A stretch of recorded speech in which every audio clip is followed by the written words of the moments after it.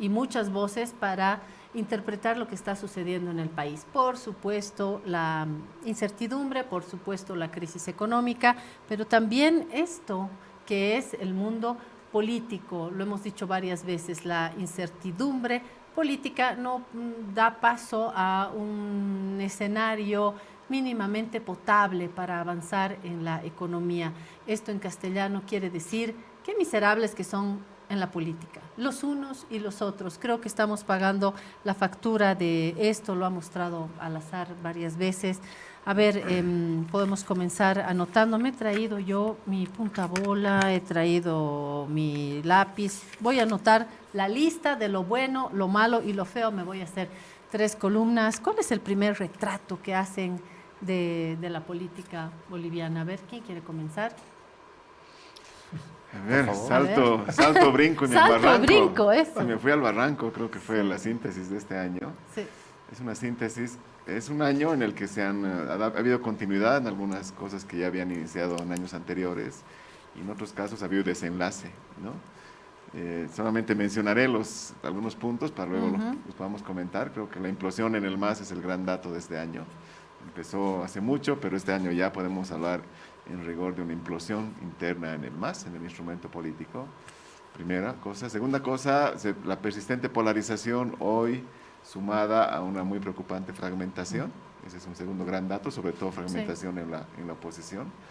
Tercer dato, la crisis político-institucional, con una muy elevada desconfianza en las instituciones, que también puede ser una crisis de régimen político, y por ahí vamos discutiendo si también será una crisis de Estado, habrá que verlo. Cuarta cosa, las elecciones judiciales o perjudiciales, como quiera vérselas, para mí han sido unas elecciones mutiladas y es una señal gravísima para el sistema electoral y quiero hablar sobre eso porque me parece que lo que viene hacia adelante tiene que ver con esto que es muy crítico.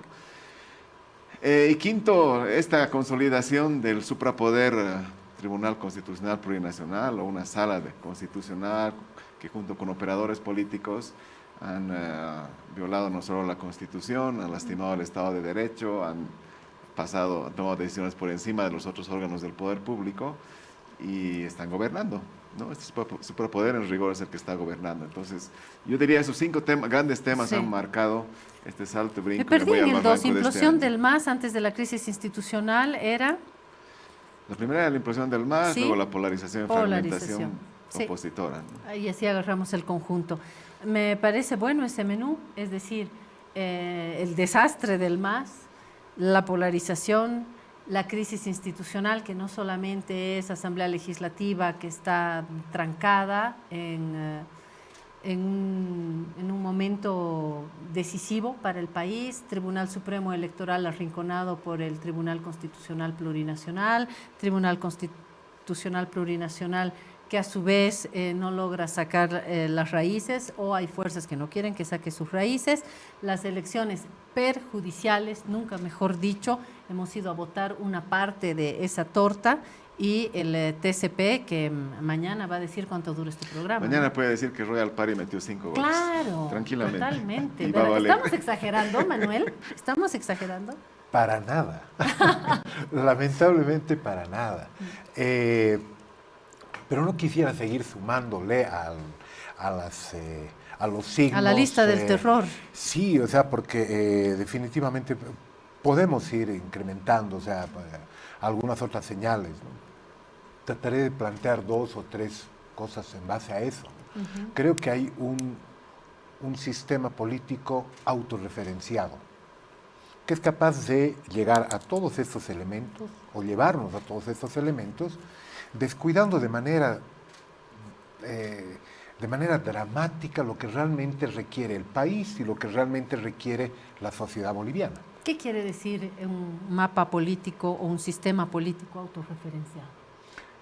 Los políticos están pensando única y exclusivamente en el sistema político, cómo posicionarse, cómo tener un pedazo más de poder, cómo mantener sus espacios, cómo perpetuar este mismo sistema sin preocuparse por 2 cosas sustanciales. La gente está tremendamente preocupada por el aceite, el arroz, la gasolina, la ausencia de dólares, todos los temas que están vinculados a una muy evidente crisis económica, ¿sí? Por un lado.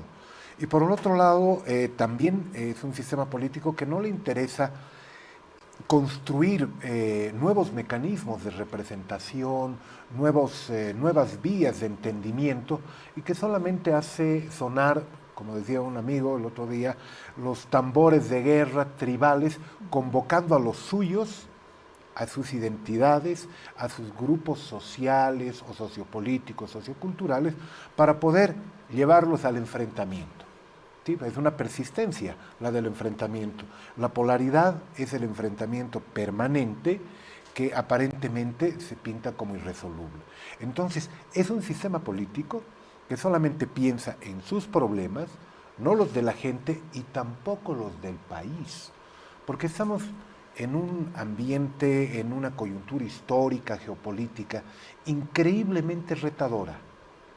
O sea, lo que está sucediendo en el mundo no lo veíamos desde la Primera Guerra Mundial, y este cambio de polaridad del mundo occidental al mundo asiático, oriental, no lo veíamos desde el medioevo, ¿sí? Desde 1500, por decir algo. ¿Tanto así? Sí, o sea, porque es más o menos esa época en la cual deja de ser el centro de un mundo que no era globalizado, pero que concentraba su economía, su población, su desarrollo tecnológico al otro lado, no en el mundo occidental, sino en el mundo asiático oriental. Entonces, en ese ambiente geopolítico, aquí nos estamos, o sea, pisando la cola por pequeñeces, cuando tenemos que discutir cómo vamos a proyectar a un país que corre riesgos geopolíticos, que tiene necesidad de insertarse en nuevas tendencias globales, económicas y culturales, y también equilibrios de poder. Y nos estamos peleando por pequeñeces. Es decir, un sistema político que es chato respecto a los retos históricos y respecto a las necesidades de la población.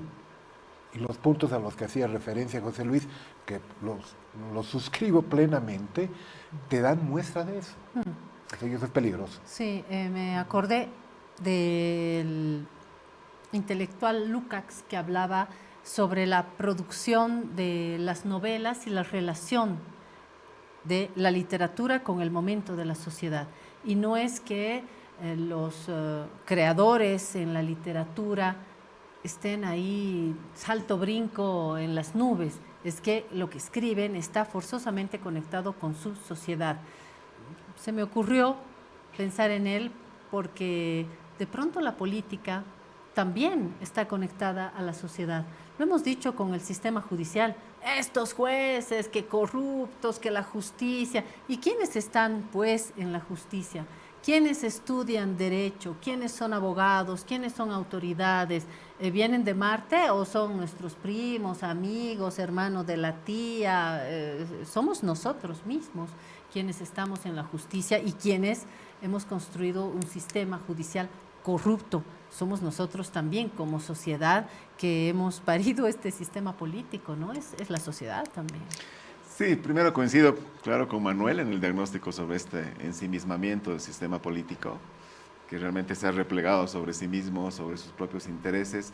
Siempre lo hace, ¿no? No es que siempre está bien vinculado a la sociedad, pero ahora es una cosa así ya a un extremo autodestructivo incluso, ¿no? Pero por supuesto, tienes razón, nuestros políticos son de alguna manera una expresión de la sociedad también, como lo son nuestros medios de comunicación. Entonces decir políticos malvados, ciudadanos buenos, medios honestos o buenísimos, no, lo de medios buenos y honestos es una ficción, eso sí es ficción. No es tan cierto porque obviamente es un sistema político, el sistema político también incluye a quienes lo hacen posible, que somos las y los ciudadanos. Pero lo más crítico de esto son los efectos. A mí me preocupan mucho los efectos. Como decía, el gran tema de la implosión en el MAS, que al principio comenzó como deslealtad, enojo, reclamo de atención, después se convirtió en división, después en fractura y ahora es implosión, es decir, ya se hizo trizas el instrumento político. Está no solo condicionando, sino contaminando todo el trabajo de la Asamblea Legislativa Plurinacional, la gestión de gobierno, la sensación de incertidumbre, por La supuesto los justicia. efectos en la economía, todo lo que está pasando con la justicia y por supuesto va a condicionar y va a contaminar el próximo ciclo electoral. El ¿no? Tribunal Supremo Electoral, ese árbitro El que propio Armando Ortuño tribunal. quiere cuidar tanto o quería cuidar y ahora El- está obedeciendo, todos están así con el TCP, ¿no es cierto? El propio tribunal, me gustaría discutir luego un poquito eso, pero en el caso del MAS parece que ya se ha resuelto por la vía del Tribunal Constitucional que la facción arcista se ha quedado con la sigla, o bueno, con la dirección nacional y por lo tanto tiene la sigla para postular candidatos. Y la facción nevista no solo que no tiene la sigla, sino que tiene a un candidato vetado, que no va a poder participar en las elecciones. Y vetado no solamente por el oficialismo arcista, sino que en las fuerzas de oposición no he escuchado a nadie que le lance flores a Evo Morales. No, y claro, obviamente vetado por una resolución impresentable del TCP y vetado, me imagino, por una mayoría en el TC que no lo va a habilitar. Entonces no hay forma de que Evo Morales sea candidato, habrá que ver cómo se da esa renovación. Y claro, la facción arcista tiene la sigla, tiene el gobierno, pero su candidato en este momento a la reelección, que es el presidente Arce, como ya lo han sugerido, anunciado, está en el peor momento. Si vemos ayer los datos del Latino Barómetro, el nivel de aprobación de Arce es el 9%, Sí. está solo por encima de Dina Boluarte, que tiene el 5%, 9%. Cuando Goni se fue escapando de Bolivia tenía 24%. El régimen de Áñez en su peor momento, cuando se robaron la plata de los respiradores, tenía 21%. ¿Qué Arce dato? tiene 9%. Y me imagino que la intención de voto será menor. ¿Así quiere ser candidato? Qué complicado. Y yo creo que en la oposición ni en su día de mayor optimismo soñaron con este desastre y este descalabro dentro del movimiento al socialismo. De hecho, cuando comenzaron a aparecer las rajaduras en la vereda de la oposición, decían, se van a juntar, esto es un teatro, se van a juntar. Yo creo que a la altura de estos quiebres, de estas separaciones, de estos paralelismos en las organizaciones sociales, en los movimientos, en los festejos, las estrategias también para agarrar a Evo, desde balear el auto hasta la orden de aprehensión y las acusaciones al margen de los argumentos que den lugar a esto o no en una justicia tan resbalosa. Creo que plantea un escenario que ha demostrado a la oposición que esto no es chiste y que de verdad están peleados. No es una cortina que mañana va a presentar a un MAS unido. Después de las peleas, los insultos, procesos judiciales, balas por aquí, balas por allá, bloqueos por aquí, bloqueos por allá y las cosas que se están diciendo, yo creo que la oposición debería o podría sacarle más ventaja a esto. Y bueno, y del otro lado tenemos también tensiones respecto de quiénes van. Unidad se dice fácil, candidato se dice difícil, ¿no? Totalmente. O sea, y ese es es otra de las persistencias lamentables del sistema político, que es el ultrapersonalismo. ¿Sí? O sea, todos sabemos que en Latinoamérica el caudillismo es una señal muy fuerte, presente en todas las sociedades. El presidencialismo es también central dentro de la construcción de los sistemas políticos en Latinoamérica, pero el ultrapersonalismo creo que ya es terrible en muchos sentidos, ¿no? Porque, por ejemplo, si atendemos en el lado del MAS, cuáles son algunos de los motivos, algunos, no necesariamente los únicos, ¿no? Que han llevado a esta implosión, que es definitiva, vemos algunos egos. Es decir, ¿Quieres cualquier decir cosa. nombres, Manuel? Sí, o sea, yo lamentablemente tengo que comenzar por Evo Morales. O sea, toda decisión política, todo análisis político dentro del bloque nacional popular debía pasar por una condición sine qua non. ¿En el Evo- ala arcista no hay egos? Totalmente. ¿Quiénes? También. Mira, Ya has dicho un nombre, atrévete a decir claro, el nombre del no, otro no. lado. Yo creo, por ejemplo, que dentro del ala arcista existen algunas, más que personas, existen ciertas pulsiones que responden también al ultrapersonalismo, porque es paradójico pensar que dentro del ala arcista pareciera que el único elemento central es el antievismo. ¿Sí? O sea, y no puede ser que dentro del MAS tú vayas a construir también un elemento que ha sido el único que ha más o menos significado un punto de cohesión dentro de la oposición, que eran antimasistas. ¿Qué proponen? No sabemos, pero no al MAS. Pero eliminemos a Evo Morales. Pero ¿Esa es la eliminemos a Evo principal Morales. consigna? Sí, sí, o sea, definitivamente. O sea, y ese es un elemento lamentablemente pernicioso para todo el sistema político. ¿Y en si las lo ves- oposiciones? Y en las oposiciones vemos lo mismo. O sea, ¿Quiénes? Nombres, no, estoy con claro, mi lista deme aquí. nombres, Nombres. deme nombres. O sea, Deme nombres. pareces del Ministerio de Gobierno. No, no, por favor. No, así Deme está bien. nombres. Comenzando por Tuto Quiroga, ¿sí? O sea, que plantea la unidad y lo primero que hace es quitarle su base o su respaldo de sigla, que creo que en algún momento han hecho la diferencia. No es partido, es sigla, el FRI, y le deja sin esa base a Carlos Mesa y dice, bueno, el candidato soy yo.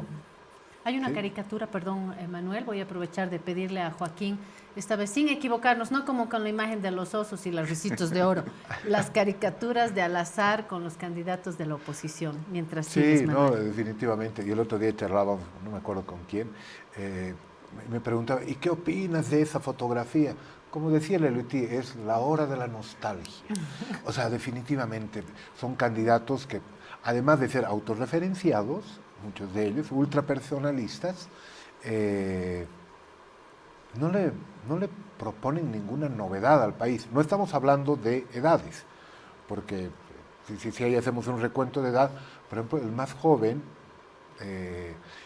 creo que es Tuto con unos 64 años, y el mayor es con unos 70 y tantos, Carlos Mesa. Pero es la hora de la nostalgia, resumida, ¿no? Ahí están. Aquí más que edades hay pesos, pero bueno, ahí está Samuel Doria Medina, feliz de la vida en el medio, está más contento. Tuto, me encanta, además sus piernas delgaditas y está con los brazos cruzados. Y Carlos Mesa con una rodilla fuera. Esta es otra, esta es la de la selfie. Unidad de la oposición. Se sacan una selfie y miren la selfie. Esto se llama talento. Bueno, se llama pelea dentro de la oposición, pero además Sí. se llama talento, ¿no? Entonces, esa es la persistencia, sí. el ultrapersonalismo en todo el espectro político. Quiero- La oposición tiene 19 Sí. precandidaturas presidenciales, ya suman 19 con estas dos últimas que han aparecido. Y lo que los une es eso, hay que sacar de la cancha a Evo Morales, hay que derrotar al MAS, ese Sí. es el discurso. Ayer- No hay proyecto país, no hay una plataforma programática, no. Sí. Ayer o hace algunas horas el periodista de CNN, Rincón, entrevistaba a Samuel Doria Medina, entrevistó a otros de la oposición y abiertamente lo dice, la unidad, que no tienen que interesar los egos, para que no suceda lo que ha sucedido en otros países, que se conserve la unidad para favorecer al pueblo boliviano. Este periodista, por supuesto, que le está hablando a la oposición política, al destruido MAS o al MAS en crisis, en terapia intensiva, como quieran, pero este periodista de CNN le habla a un actor de la política y le dice, en mexicano más abierto, le dice, únanse, pues si no se unen, ¿qué onda con el pueblo mexicano y el pueblo boliviano, no? Bueno, están así. Ahora, las esa bandera cosas. de la unidad y los clamores de unidad no son nuevos, los escuchamos desde hace 20 años, ya 2005, 2009, 2014, 2019, 2020, nunca ocurrió. No esperemos que ocurra ahora, porque además tienen incentivos para no unirse, porque al frente tienen un MAS débil, derrotado, dividido. Entonces, en este momento tenemos la candidatura bicéfala de esta mega coalición 2.0, que ahí están Tuto y Doria Medina. Manfred Reyes Villa es claro que Y ya ha Samuel Doria decidido que Medina, va ¿no? por Y Mesa. porque va por su candidatura. Mesa no va a ser candidato, no puede ser candidato. Pero Tuto o Doria están disputando la candidatura, Reyes Villa, Branco. ¿Por qué saca ya Mesa de la cancha? Está igual que Arce, ¿no? Así están en, Así las, está. en las percepciones. Así de Así bajos. está. Bueno, pero Luis Arce se va a postular. ¿Qué información tienes, Manuel? Bueno, más que información son percepciones, ¿no? Dio su primer discurso como candidato hace unos cuantos días en Plaza Murillo. Sí. O sea, la primera vez que yo lo he oído como candidato, hablando políticamente, dando ya encargos electorales, ¿no? O sea, vamos a preparar un plan de gobierno, tenemos que elegir candidatura, lo cual deja todavía un poquito abierto el tema, pero evidentemente quiere ir a la candidatura. ¿Sí? Eso es clarísimo. ¿Podrá ir? Esa es la duda. Esa es la duda. Él ha dicho que depende de los movimientos sociales.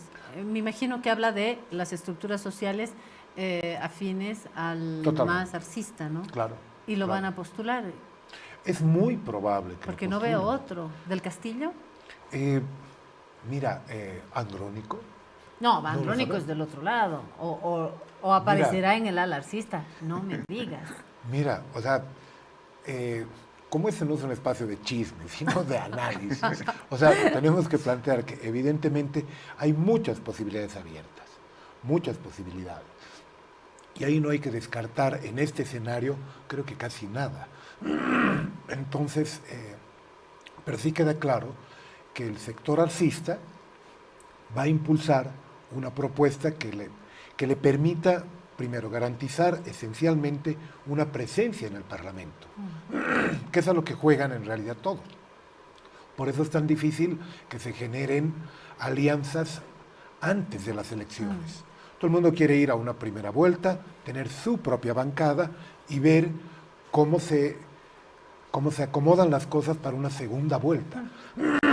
Esto es Entonces, volver a los panoramas pre-movimiento al socialismo, pre-elecciones 2005. Ya no hay 53.7%, 55 punto, Ya no. ya no hay.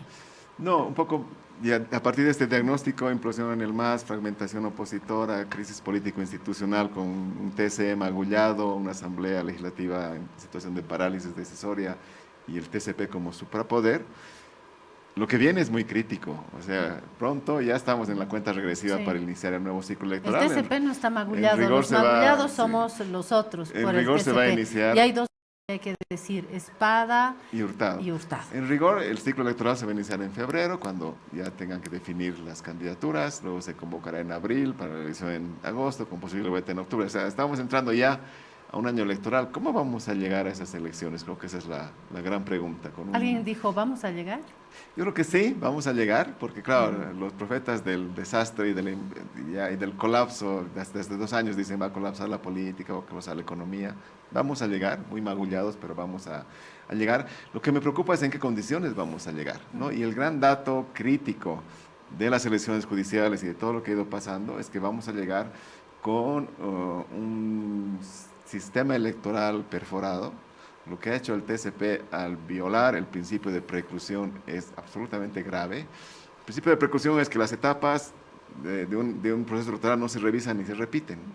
Es decir, si una elección así convocada con tales candidatos, con esos candidatos va a ser la elección, con esos partidos, el resultado se respeta.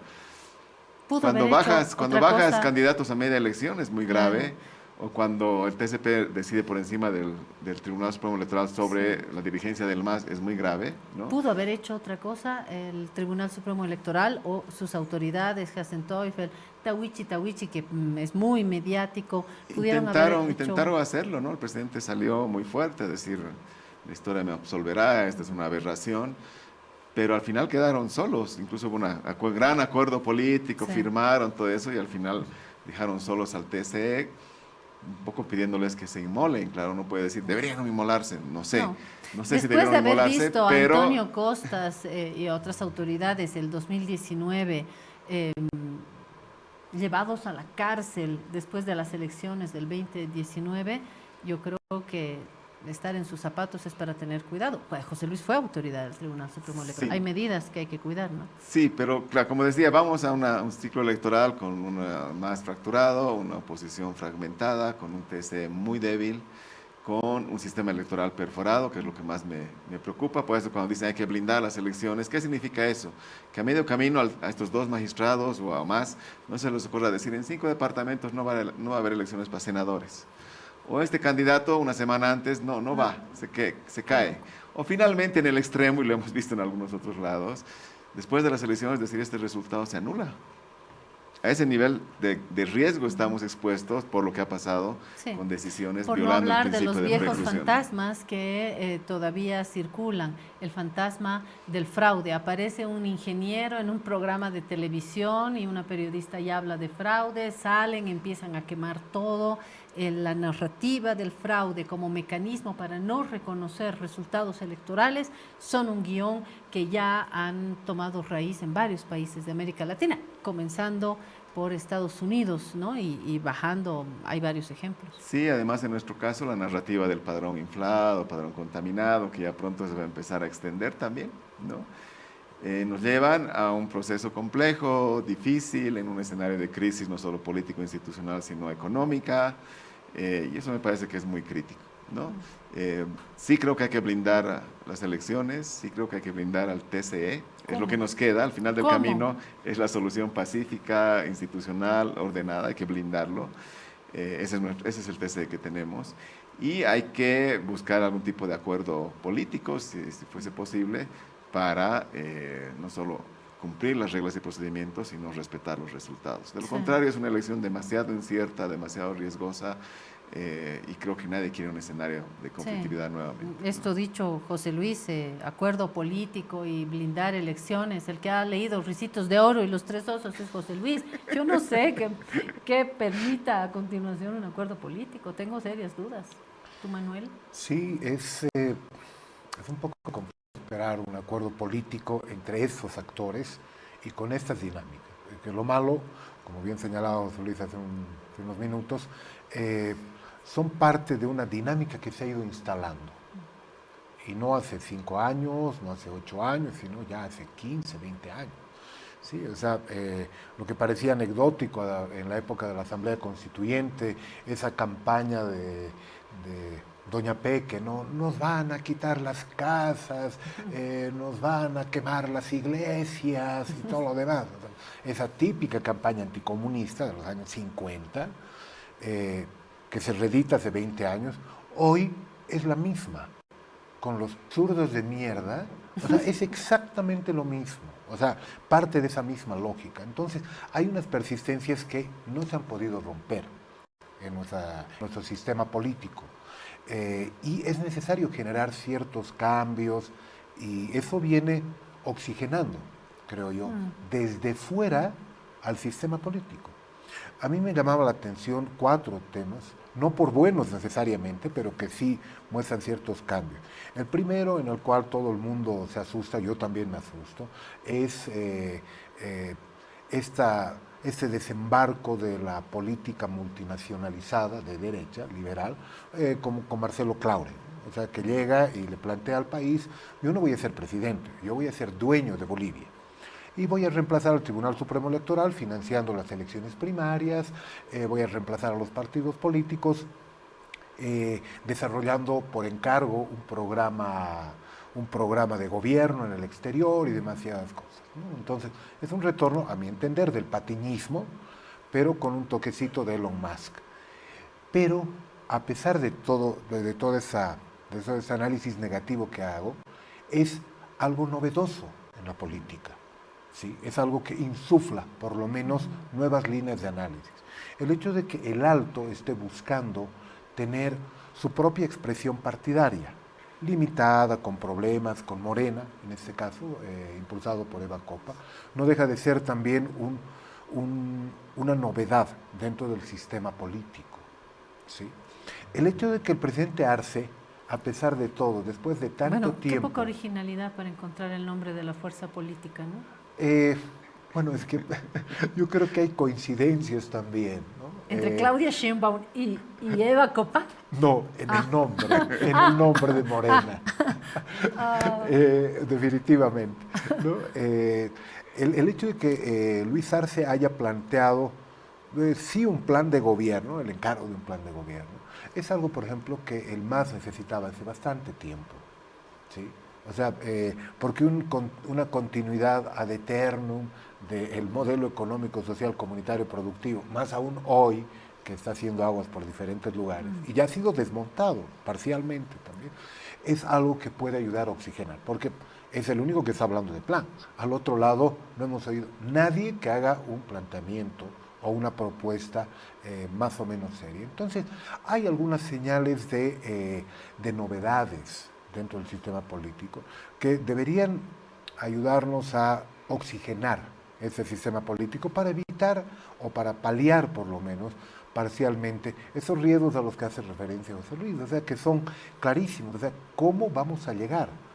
Primero tenemos que llegar, y segundo, trataremos de llegar en buenas condiciones y llevando algunas novedades, por favor, o sea, no podemos replicar las mismas elecciones del 2005, ¿sí? O sea, obviamente hay condiciones muy diferentes, pero no podemos llegar con lo mismo.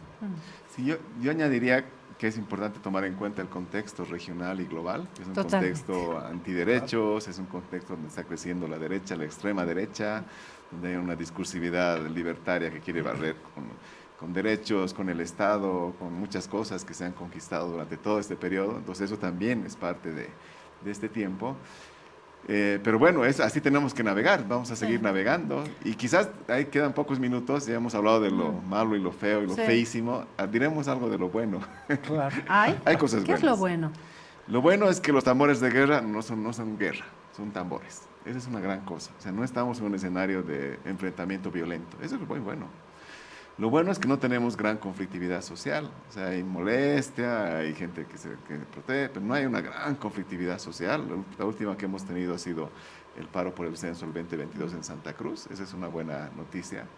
La otra buena noticia, lo bueno, es que la implosión, o sea, el colapso no ha llegado, pese a los profetas del colapso, o sea, seguimos bicicleteando la economía como país, digo, ¿no? Bicicleteando la economía, seguimos bicicleteando la política y creo que eso es importante. Claro, no es que estamos mejorando, estamos en una larga agonía que puede ser peor y puede durar mucho tiempo. Sí. Pero no es que ha colapsado, no estamos en una coyuntura crítica donde nos estamos enfrentando a palos, a piedras o a bala, ¿no? Sí. Eso creo que es también importante destacarlo. Y también yo diría, lo bueno es que tenemos en pie una institucionalidad electoral en crisis, pero en pie, que nos permite decir la salida va a ser electoral, va a ser democrática, va a ser en las urnas y no otros escenarios que nadie quiere. Creo que eso es lo bueno y hay que preservarlo, hay que destacarlo en esta cosa tan oscura que se ve hacia adelante y veremos cómo llegamos a noviembre, no solo en la política, sino en la economía. Como dicen, de lo malo, lo bueno. Sin embargo, esto es como todo ciclo, ¿no? Tengo una nota de Daniel Gutiérrez de cómo estamos ahorita, les voy a mostrar cómo estamos en este momento, pero esto es por Navidad. A ver, una miradita, ¿cómo están las calles hoy? Las ventas están medio bajas, no están como el año pasado, debido a la crisis que estamos atravesando, no estamos vendiendo mucho. ¿Cómo está viendo los precios este año? Se han duplicado el precio de todas las cosas. Los alimentos, los juguetes. Los precios se han incrementado, han bajado, están igual. Los precios sí se han incrementado debido al dólar, porque estos productos sí se compran con dólares y ya están trayendo más caritos. ¿Cuánto han subido? Ha subido, digamos, de un box de labial que costaba 120, ha subido los 150. ¿Qué es lo que más está llevando la gente? En juguetes nos están comprando los Legos, que este año están sacando bastante, y las Barbies que hablan. Y en cuestión de precios, ¿qué están buscando? Economía. La gente hoy en día está buscando economía, bastante economía. Bueno, respecto al año pasado, por ejemplo, ¿cómo está la venta? Año pasado había más, este año es poco, no hay mucho siempre, porque sabe que estamos en esta crisis, la gente está ya haciendo a su alcance. En la carne nomás se va la plata, es el pollo, el cordero, la carne de chancho, todo está también caro, joven, y la gente a veces ya no busca lo más económico, poco nomás ya están llevando, ya no están llevando mucho. ¿Cómo le está yendo esta jornada de venta? Ahorita está, más o menos está, tal vez más tarde. ¿Y estos días, con comparación al año pasado, cómo está vendiendo? Ay, no, ha bajado bastante. Claro, y pese al incremento de precios y a dinámicas distintas, ahí estamos.